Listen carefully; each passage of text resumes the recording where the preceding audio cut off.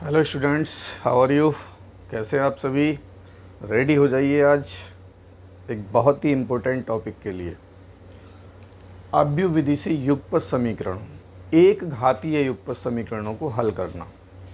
और बोर्ड परीक्षा में ये क्वेश्चन 8 नंबर का 101% आएगा ही आएगा।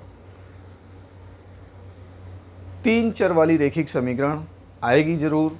इनको आव्यूह विधि से आपको हल करना है। ये 2 चर वाली रैखिक समीकरण है, ये 3 चर वाली रैखिक समीकरण है। ठीक है, तो इन समीकरणों को हल करने के लिए हम आव्यूह विधि का प्रयोग किस तरीके से करेंगे देखिए। तो सबसे पहले मैं क्वेश्चन 1 लेकर के चलता हूँ। पहला क्वेश्चन है हमारे पास में 2x + y = 5 and x - y = 1। तो देखिए, इन दोनों समीकरणों को हम आव्यूह में परिवर्तित कर सकते हैं। किस तरीके से, मान लेते हैं एक मैट्रिक्स यानी कि आव्यूह A हमें बनाना है x y z के गुणांकों से। तो z तो इसमें है नहीं, x और y है। x का गुणांक 2 है, y का गुणांक 1, फिर नीचे x का गुणांक 1, y का गुणांक -1। ये एक आव्यूह बन गया। उसके बाद में आपको लेना कैपिटल x में वो चर राशियाँ जिनका मान हमें निकालना है, x और y, यानी कि आप इस तरीके से रखोगे ना। और उसके बाद में आप b मानोगे जो इधर वाले पद होते 5 1। ठीक है, जब हमने आपको मैट्रिक्स चैप्टर स्टार्ट कराया था, मैट्रिक्स का इंट्रोडक्शन पढ़ाया था, तो उसमें शुरुआत में ही हमने बताया था कि इन समीकरणों को हम इस रूप में कैसे परिवर्तित कर सकते हैं। ये आव्यूह में इनको हमने बदल दिया। अब समीकरण को हल करने के लिए सबसे पहले हमें देखना पड़ता है कि ये समीकरण का हल संभव है या नहीं है। तो उसके लिए हमें वही निकालना होता है कि ये हमारा नॉन सिंगुलर मैट्रिक्स होना चाहिए। यदि इसका मैट्रिक डिटर्मिनेंट का मान 0 आ जाता है तो हम इसका जो है मान नहीं निकाल सकते। तो सबसे पहले हमें वही निकालना है। तो उससे भी पहले हम क्या काम करेंगे कि हम इन दोनों समीकरणों को क्या काम करा, इसको इस रूप से लिख दिया, आव्यूह में परिवर्तित कर दिया। अगर हम इसमें इसकी गुणा कर दें, यानी a में x से मल्टीप्लाई कर दें तो बराबर b, ये बिल्कुल यही समीकरण आएंगे अगर आप इसको इस तरीके से हल करोगे। इसमें इससे मल्टीप्लाई कर दो और बराबर में इनकी कंपेयर कर दो तो यही समीकरण आएंगे। मुझे यहाँ से x निकालना, तो x बराबर इसको मैं लिख सकता हूँ b/a, और a को अगर मैं ऊपर ले जाऊँ तो ये हो जाएगा a inverse b। Question first मान ली मैंने। अब मेरा काम क्या है, सबसे पहले मुझे ए इन्वर्स निकालना है। ए इन्वर्स निकालने के लिए मैंने आपको फॉर्मूला बताया था कि ए इन्वर्स बराबर हमें यूज करना है एडजॉइंट ए अपॉन में डिटर्मिनेट ए। ठीक है, तो सबसे पहले हमें क्या काम करना है, डिटर्मिनेट ए निकालते हैं। डिटर्मिनेट इससे गुणा कीजिए, इसमें 2 की इसमें गुणा करेंगे, -2 -1 एकम 1, तो कितना हो जाएगा, -3 हो जाएगा ये। ठीक है, डिटर्मिनेट ए बराबर -3। अब उसके बाद में हमें क्या निकालना है, एडजॉइंट ए निकालना है। एडजॉइंट ए, तो मैंने एडजॉइंट ए निकालने का एक बहुत ही आसान मेथड बताया था। जब 2 × 2 क्रम का कोई आव्यूह आपको दिया हुआ तो उसका जो है एडजॉइंट ए निकालने का एक सिंपल मेथड बताया था मैंने आपको। या आप कोफैक्टर्स निकाल के भी निकाल सकते हैं। वैसे मेन रूल्स तो वही कहता है कि भाई आपको पहले कोफैक्टर्स निकालने, A11 A12 ये सब तब निकालना, लेकिन मैं इसको डायरेक्टली आपको बता रहा हूँ क्योंकि आप लोग जानते हो कोफैक्टर्स निकालना। तो मुख्य विकर्ण के अवयवों को आपस में चेंज कर देते हैं। ये हो गया -1 और ये हो जाएगा आपका 2, और जो ये बचे हुए एलिमेंट्स हैं इनका हम चिन्ह बदल देते हैं, -1 और यहाँ पर भी -1। ठीक है, ये हमारा डायरेक्टली एडजॉइंट आ गया। -1 को हमने यहाँ कर दिया, 2 को यहाँ कर दिया, यानी मुख्य विकर्ण के अवयवों को चेंज कर देते हैं और जो बचते हैं उनका साइन बदल देते हैं। इसलिए अब मुझे निकालना ए इन्वर्स। ए इन्वर्स बराबर है एडजॉइंट अपॉन मॉडुलस ए, यानी कि 1/मॉडुलस ए या डिटर्मिनेट ए इंटू में एडजॉइंट ए। 1/डिटर्मिनेट ए, इसका मान हम निकाल चुके, -3 आया, और एडजॉइंट ए आपका -1 -1 एंड 2। ठीक है, अब ये मान समीकरण 1 में आ जाइए। समीकरण 1 से। समीकरण 1 हमने निकाला x बराबर a इनवर्स b। x का मान तो है हमारा x और y, देखिए ये रहा। a इनवर्स का मान हमने अभी निकाला। देखिए इसके अंदर मल्टीप्लाई मत करना पहले से पहले, ये सब बाद में करेंगे। 1/3 -1 -1 -1 2 और इनटू में b हो गया आपका 5 और 1, ये रहा। ठीक है, 5 1। अब यहाँ से आगे इसको सरल करते हैं। ये तो एक्स वाई आपका मैट्रिक्स हो गया बराबर -1/3। अब इसकी इसमें मल्टीप्लाई कीजिए। मल्टीप्लाई करना जानती हैं आप, रो से कॉलम में। -1 की गुणा करेंगे माइनस का 5, -1 की 1 में करेंगे -1। अब दूसरे रो की इसी कॉलम में -5 और 2 से करेंगे 2 एकम 2। ठीक है, तो ये आपका हो जाएगा एक्स वाई बराबर -1/3, -5 -1 माइनस का 6 और ये हो गया माइनस का 3। अब इस 1/3 को हम अंदर ले जाएंगे तो देखिए क्या हो जाएगा। ये मैट्रिक्स है हमारा x, ये y बराबर, जब -1/3 को अंदर ले जाएंगे तो इसका मतलब है इससे इसमें मल्टीप्लाई हो जाएगी। 6 एकम 6/3 और माइनस से माइनस की गुणा करेंगे प्लस हो जाएगा, यानी 3 दूनी 6, तो यहाँ 2 आ जाएगा और ये 3 से 3 कट जाएगा, ये आपका 1 हो गया। अब ये हमारे दोनों के दोनों इक्वल मैट्रिक्स हो गए। इक्वल मैट्रिक्स की यहाँ पर में कंपेयर करते हैं तो इनके जो मैट्रिक्स हैं संगत अवयव बराबर होते हैं। इन दोनों की तुलना कर दीजिए तो x बराबर 2 आ गया और y बराबर 1 आ गया। ये आपका आंसर हो गया मैट्रिक्स मेथड से, यानी आव्यूह विधि से दो चर वाली रैखिक समीकरण को हल करना। ठीक है, अब बोर्ड परीक्षा में अगर ये क्वेश्चन आएगा तो ज़्यादा से ज़्यादा आपका 2 मार्क्स का आएगा, लेकिन क्योंकि ये बहुत कम आता है, बोर्ड परीक्षा में जो क्वेश्चन आता है वो आव्यूह विधि से 3 चर वाली रैखिक समीकरणों को हल करने के लिए आता है। तो हमें क्या है, ये समीकरण अब हल करनी है। 2 चर वाली रैखिक समीकरण आपको हमने आव्यूह विधि से सरल करनी सिखा दी। आप इसका स्क्रीनशॉट ले सकते हैं और नोट कर सकते हैं। उसके बाद में मैं आपको नेक्स्ट जो मेन इम्पोर्टेंट क्वेश्चन है मैं आपको बताता हूँ अब। ठीक है, तो देखिए नोट स्क्रीनशॉट ले लो और फिर मैं इसको मिटाता हूँ।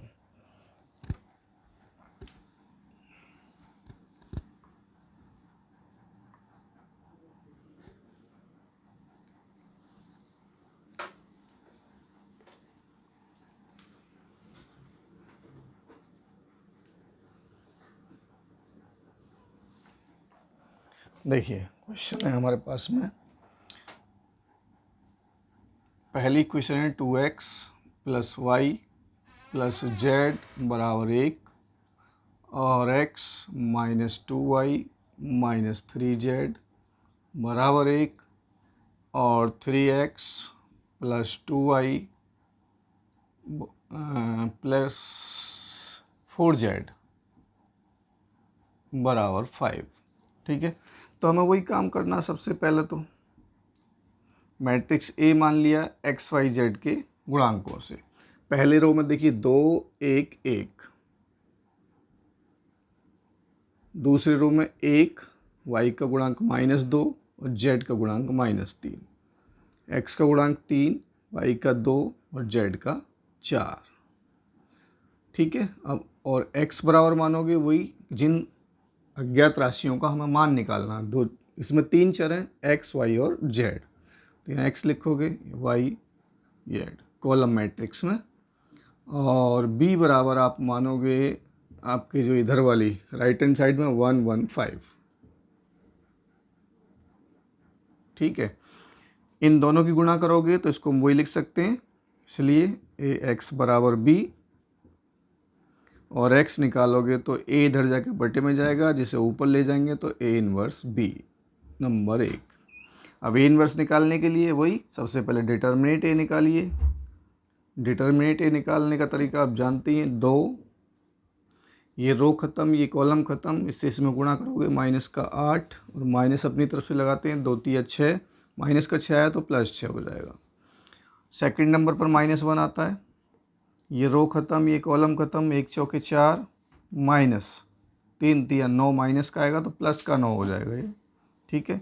फिर उसके बाद +1, अब ये रो ख़त्म, ये कॉलम ख़त्म, 1 दूनी 2 हो जाएगा और -3 दूनी 6, माइनस का 6 तो ये +6 हो गया। -8 +6 माइनस का 2, 4 और 9 13 और 2 6 8, सॉल्व करेंगे, -4 -13 +8, ये हो गया माइनस आपका 13 4 17 प्लस का 8 यानी -9। तो देखिए इसका डिटर्मिनेंट जो है वो 0 नहीं आया है, तो इसका मतलब ये नॉन सिंगुलर मैट्रिक्स है और इसको हम आसानी से हल कर सकते हैं। अब हल करने के लिए सबसे पहले हमें एडजॉइंट ए निकालना है, तो एडजॉइंट ए निकालने के लिए हमें सबसे पहले इसके कोफैक्टर्स निकालने होंगे। कोफैक्टर्स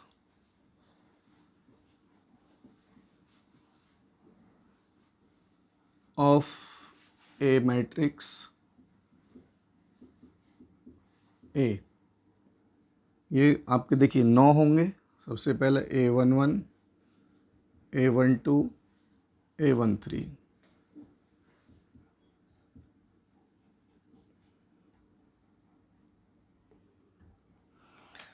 A11 ये एलिमेंट होता है, देखिए 1 + 1 2, सम संख्या अगर योगफल आती है तो प्लस चिन्ह होता है। और A11 के लिए रो छोड़ देंगे, कॉलम छोड़ देंगे, यहाँ से हम मल्टीप्लाई करेंगे वही माइनस का 8, माइनस अपनी तरफ से लगाते हैं 2 3 6 तो प्लस का 6 हो जाएगा यानी -2। A12 1 2 3 विषम संख्या होगी, माइनस चिन्ह लगेगा। और A12 ये होता है, ये रो छोड़ दो, ये कॉलम छोड़ दो, 1 चौके 4 माइनस 3 3 9 माइनस का हो गया तो प्लस का 9 हो जाएगा, 9 और 4 13 यानी माइनस का 13। उसके बाद A13 ये होता है 1 और 3 4 प्लस का हो गया, रो ख़त्म, ये कॉलम ख़त्म, 1 दूनी 2 माइनस 3 दूनी 6 माइनस का प्लस का 6 हो गया, ये हो गया आपका 8, ठीक। उसके बाद में आएगा आपका दूसरे रो में A21 A22 A23, A21 ये वाला होता है एलिमेंट। और देखिए 2 और 1 3 विषम संख्या तो माइनस चिन्ह लग जाएगा। इस रो को छोड़ दो, ये कॉलम छोड़ दो, 1 चौके 4 और -2 एकम 2, 4 में से 2 गया 2 यानी माइनस का 2। A22 ये होता है, रोज छोड़ दो, ये कॉलम छोड़ दो, 2 चौक 8 3 एकम 3 यानी कि 8 - 3 बराबर 5। A23 5 हो गया, माइनस चिन्ह आ गया, 23 ये होता है, ये रो ख़त्म, ये कॉलम ख़त्म, 2 दूनी 4 3 एकम 3, 4 - 3 बचा माइनस का 1। अब तीसरे रो पर आ जाओ, A31 A32 A33, A31 ये एलिमेंट होता है, इसका रो ख़त्म, इसका कॉलम ख़त्म, 1 3 3 और -2 एकम 2 माइनस का प्लस का 2 यानी कि ये भी -1 आया। 3 2 माइनस लग जाएगा पहले ही, ये रो ख़त्म, ये कॉलम ख़त्म, बचा आपके पास 2 3 6 माइनस का और -1, -6 -1 माइनस का 7 प्लस का 7। अब ये रो छोड़ दीजिए, कॉलम छोड़ दीजिए, 2 दूनी 4 माइनस का और -1 एकम 1 यानी कि -4 -1 माइनस का 5। ये आ गए आपके कोफैक्टर्स। अब इन कोफैक्टर्स से बना हुआ मैट्रिक्स निकालिए।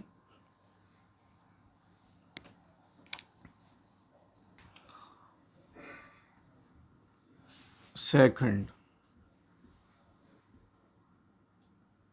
से बना अव्यव B बराबर A11 A12 A13 -2 -13 8 A21 -2 5 -1 A31 -1 7 -5। अब इसका भी ट्रांसपोज मैट्रिक्स लोगे तो आपका आ जाएगा एडजॉइंट A यानी B का ट्रांसपोज मैट्रिक्स। सभी रो को कॉलम बना दीजिए आप, तो यहाँ लिख देते हैं, देखो ये हो जाएगा, इस R1 को C1 बना दो, -2 -13 8 -2 5 -1 और ये हो जाएगा आपका -1 7 -5। ठीक है। फिर ए इनवर्स बराबर होता है 1/डिटर्मिनेंट ए इंटू में एडजॉइंट ए। 1/डिटर्मिनेंट ए की वैल्यू आई -9 और एडजॉइंट ए आपका ये रहा -2 -2 -1 माइनस का 13 5 7 8 -1 -5। अब हमारे पास स्पेस कम है, आप इसको नोट कर लीजिए, फिर मैं आपको यहाँ से आगे और बताता हूँ।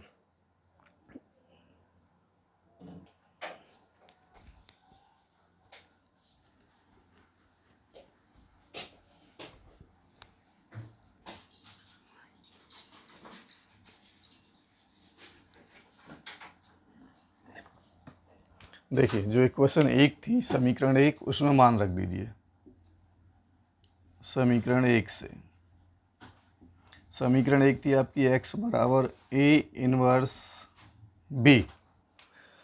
इसमें वैल्यू पुट कीजिए। x का जो मान था वो था आपका x y z।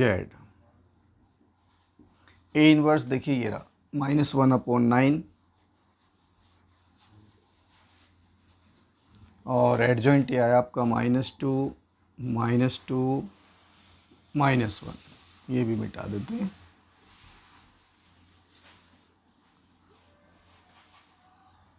-1 -13 5 7 8 -1 -5 और इंटू में b का मान देखिए ये रहा 115। तो अब इसको सॉल्व कीजिए। x y z -1/9 इसके अंदर मल्टीप्लाई कीजिए, वही रो से कॉलम रो से कॉलम रो से कॉलम। इसमें करेंगे -2, इसमें करेंगे -2 और इसमें करेंगे -5। अब इस पर आ जाइए। -13 + 5 और 7 पन्ने 35। इस पर आ जाइए। 8 एकम 8 -1 और -25। सॉल्व कीजिए। x y z -1/9 कि देखिए -2 -2 -5 माइनस का हो गया आपका 9। ये हो गया 35 5 40 और 40 में से आप घटाएंगे कितना 13 यानी कि 27 और ये हो जाएगा आपका 25 और 1 26। 26 में से आप कितना घटाएंगे 18 तो -8 घटाएंगे तो माइनस का 18 बचेगा। ठीक है। अब -1/9 को अंदर ले जाते हैं तो देखो हम यहाँ लिख देते हैं। एक मैट्रिक्स आपका है x y z और ये मैट्रिक्स हो जाएगा जब -1/9 को इनसाइड ले जाओगे तो माइनस से माइनस कट जाएगा प्लस 9 में 9 से भाग देंगे एक बार जाएगा। ठीक है। ये देखिए 9 × 27 यानी -3 और 9 दूनी 18 माइनस माइनस प्लस हो जाएगा या 2 आ जाएगा। अब ये हो गए दोनों के दोनों इक्वल मैट्रिक्स, इनकी आपस में कंपेयर करेंगे तो x बराबर 1 आया, y बराबर -3 आया और z बराबर आपका 2 आया। ये हमारा आंसर हुआ फिक्स इसका। तो ये होते हैं हमारे आव्यूह विधि द्वारा रैखिक युगपत समीकरणों को हल करना।